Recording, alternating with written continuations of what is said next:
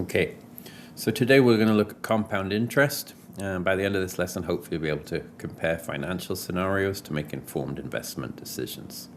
So we have the compound interest formula here, which shows the future value that you're going to have in the account. We start off with the present value. This is our vertical dilation of an exponential model, so it's our initial value, the principal in financial terms. And then we have our base of our exponential model, which is created here as a percentage growth, 1 plus the interest rate as a decimal. And then we divide the interest rate by the number of compounding periods, n, for the length of time t. So have a go at using the formula to have a go with these problems. Pause the video, do the questions. Did you pause? Did you do them? Right. So for A, the future value is going to equal, let me just write up the formula here. Future value equals present value 1 plus r over n to the nt. So we are putting in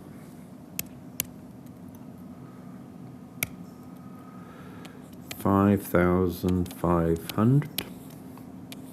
We've got 1 plus 4% as a decimal, 0.0425, and our number of compounding periods is 1, so this is going to be for 8 years. So we don't need this.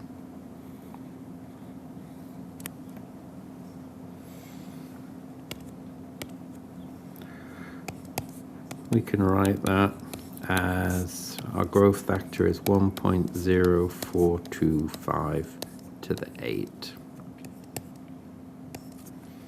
Let's pull up the calculator. We need 5,500 times 1.04.25% raised to the 8.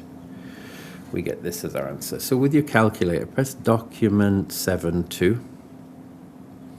Put it into fix 2 here. Put it into fix 2. This gives you 2 decimal places on the calculator, which is standard for financial math. So we are going to have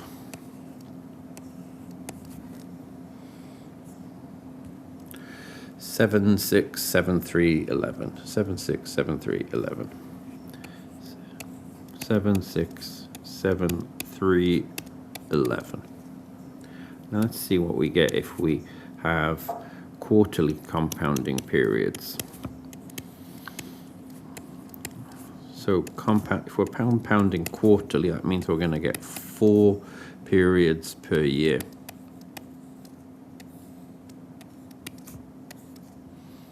And we will have 8 times 4 total periods. Let's pull that up on the calculator. 5,500 times 1 plus 0.0425. 4 compounding periods a year. Raised to the 4 times 8. We will get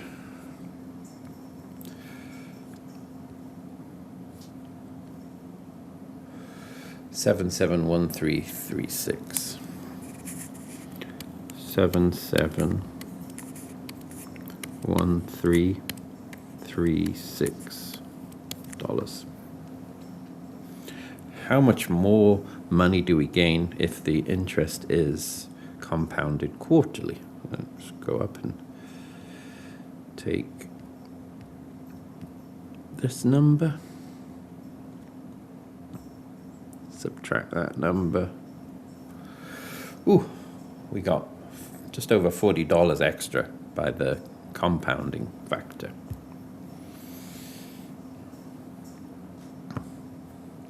So just reviewing over again, compound interest formula here.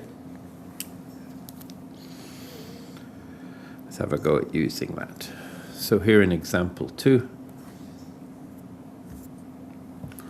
how much money will you need to deposit into account that earns 8.25% interest compounded monthly if you want to have $1 million in the account after 47 years? Okay, let me copy down the formula first. So future value equals present value 1 plus interest rate over compounding periods to the power of compounding periods times time. This is our formula. We want the future. We want the future amount to be $1 million.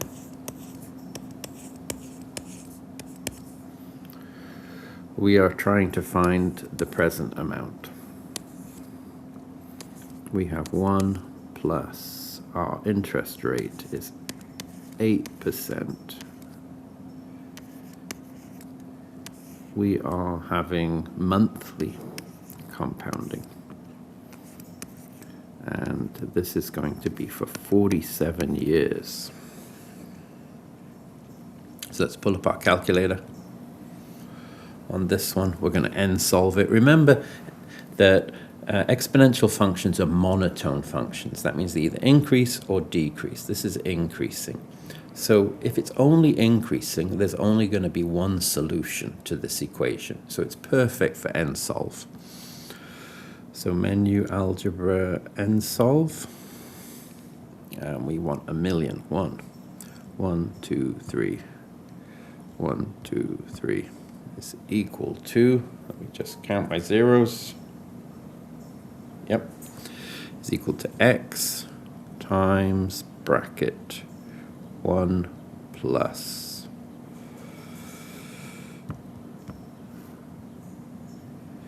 8.25%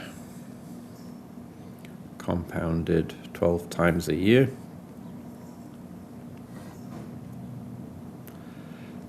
to the power of 12 times 47 years,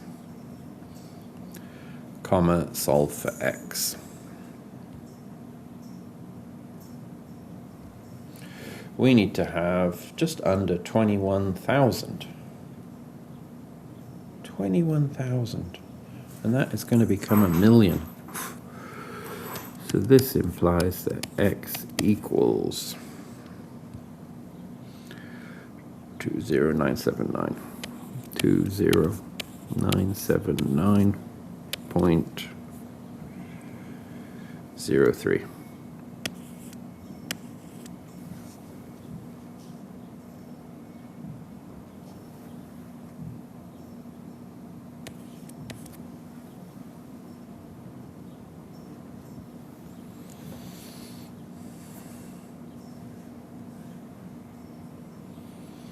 All right, so I mentioned earlier in one of the questions about nominal interest.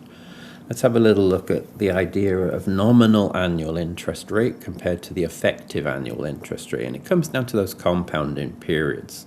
So the nominal annual interest rate is the stated or advertised annual interest rate, not accounting for compounding periods. The effective annual rate takes into account the number of compounding periods. So we can calculate the effective annual rate with the formula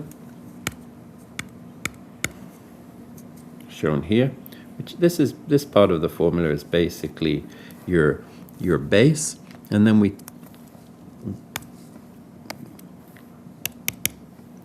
take away the 1 that we add here to get it back into being a decimal.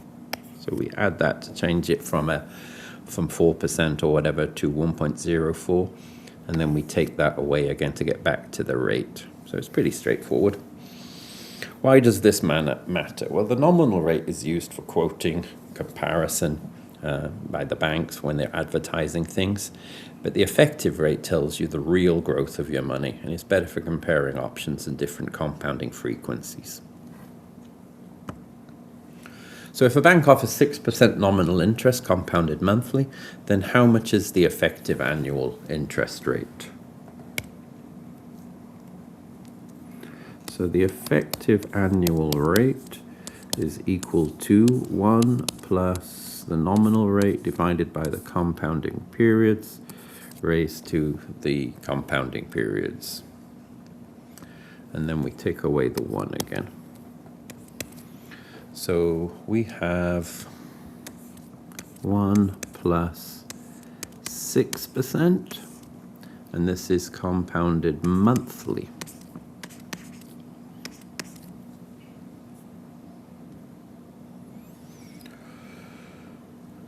So 1 plus, oops, what did I do there?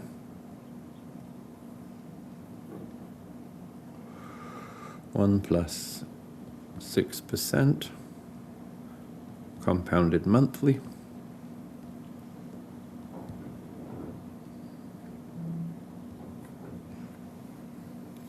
Now I'm going to take off the, because you see it's just 6% there. I'm going to take off the financial math setting I used earlier, and I'm going to get all of my bits and pieces. There we go. So this is equal to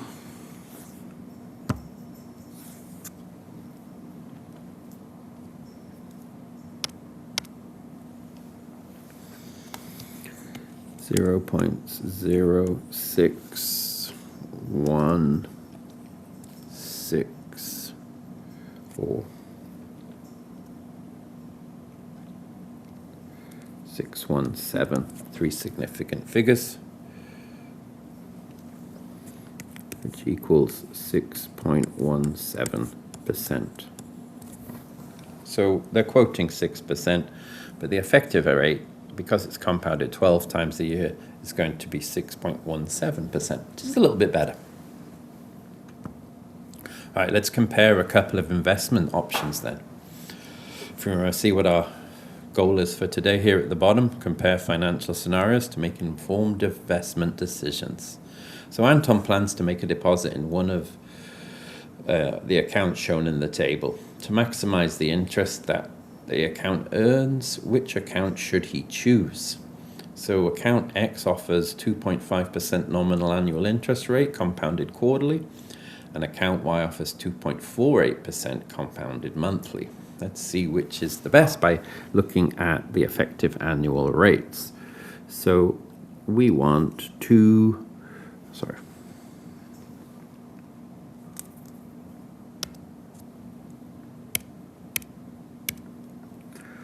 we want account X effective annual rate 1 plus 0.025 over 4 to the 4 minus 1.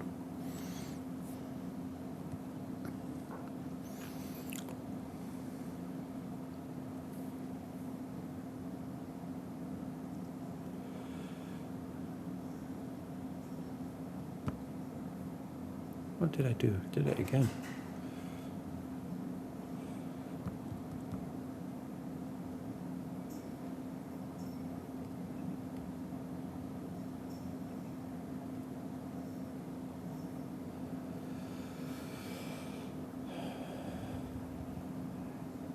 And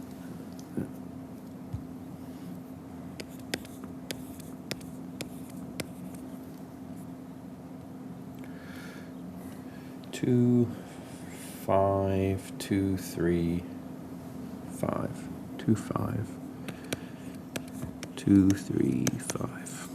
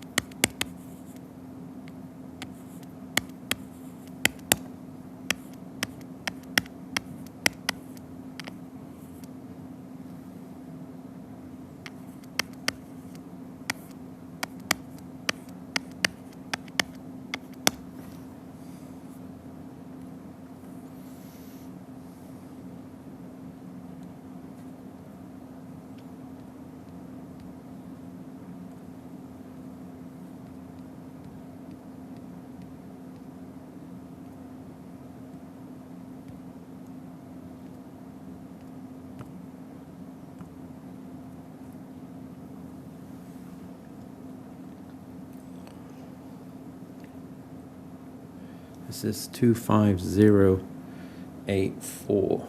25084.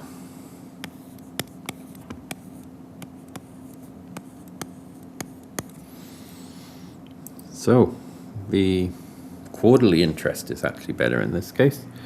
So 2.52% is bigger than it's bigger than 2.51%. Account X pays more.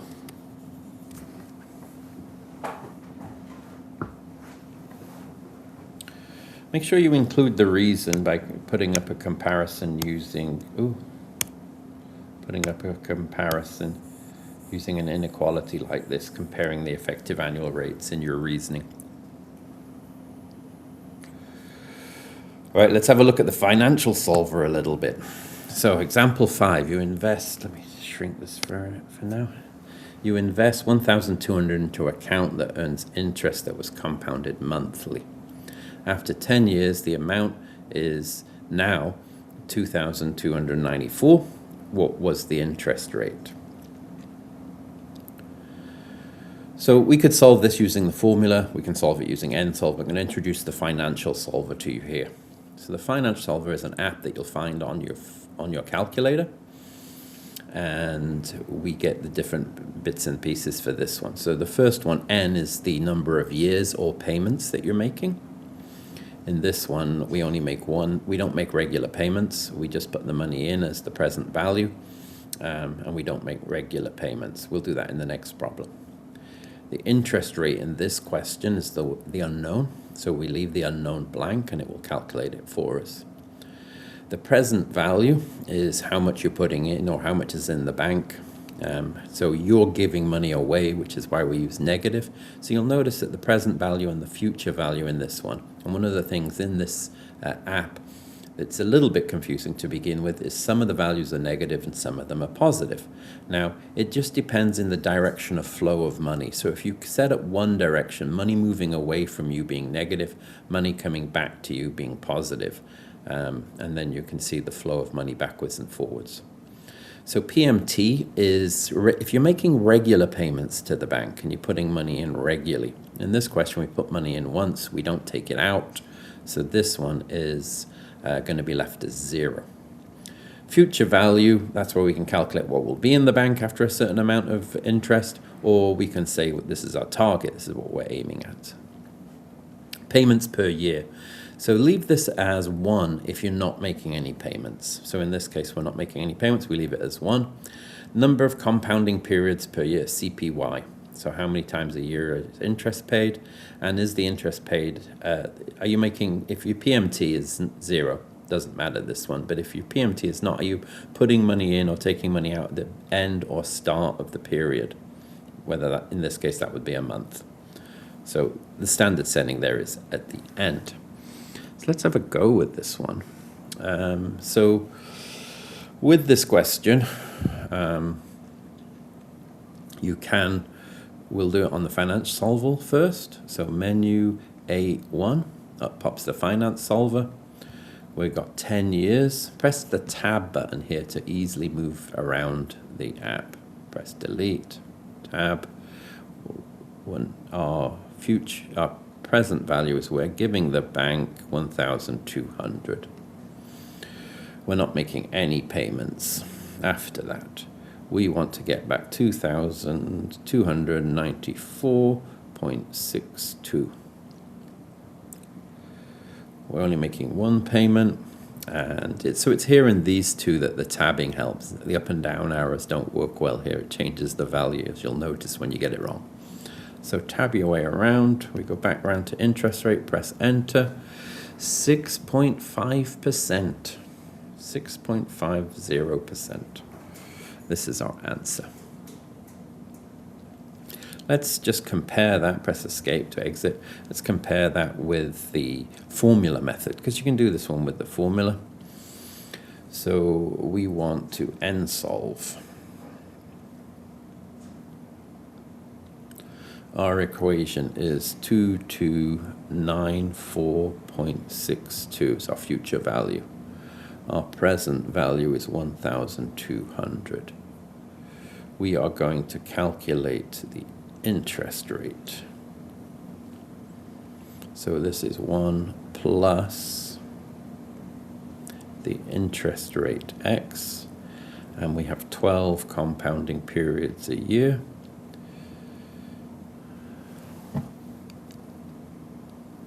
Up to 12 times 10, 120. Solve for x. And there we go, 6.50%. Now the finance app really comes in here on this last question. Have a go at this question now for yourself. See, refer back to this page and this slide here. Refer back to this slide. So you want to have a go at this question, pause your video, rewind to this slide as necessary.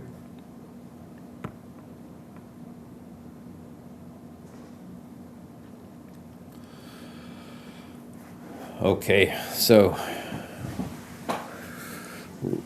we need our finance solver for this one. We want to press menu 8-1. So you're going to college, you're going to invest 10,000 into an account that earns 2.5% interest that was compounded monthly. You take out a regular payment each month for 4 years until the money is gone. How much is the monthly payment? So how much can you take out every year? Sorry, every month. How much can you take out every month? So we are there for 4 years and we are taking out monthly payments. So we are going to have 48 withdrawals. Our interest rate is 2.5%. We are putting in 10,000. Little gift going to college from a parent, maybe. And then this is our monthly money that's coming out. We're going to calculate that one. Our future value in this case is going to be 0. We want there to be nothing left. We want to take out 12 payments per year. And we have 12 compounding periods per year. And we'll take money out at the end of every month. So we can take out $219.14. So $219 a month for 48 times. How to show you're working for this type of a question. So with the finance app, when you're showing you're working on an exam, we are going to write down the value. We're going to write down what we entered into the finance solver. So N48, R percent, 2.5. Present value, we put in 10,000. Our payment, we leave blank. Our future value, we want there to be nothing left. Payments per year, we're having 12. Compounding periods per year, we're having 12. This one gives us 219.14. The last part of the problem is how much interest did you earn? How much interest did you earn? So here in the calculator, this is our payment. So press Control C to copy that. Press Control C, then escape. And then we press Control V. You see, that's the amount. That's how much we could take out every month. We had 48 of those payments. So we multiply by 48. We took out a total of 10,518.74. So if we subtract the amount that we invested in this much, then the interest we earned in this scheme is 518.74. So the interest earned is equal to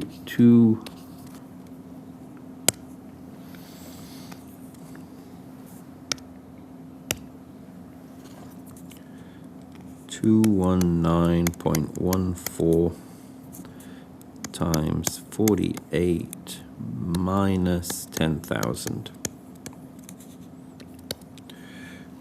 which equals 51874. 51874. That's how much interest we got. All right. There's a little look into the finance solver and the wonderful world of finance math.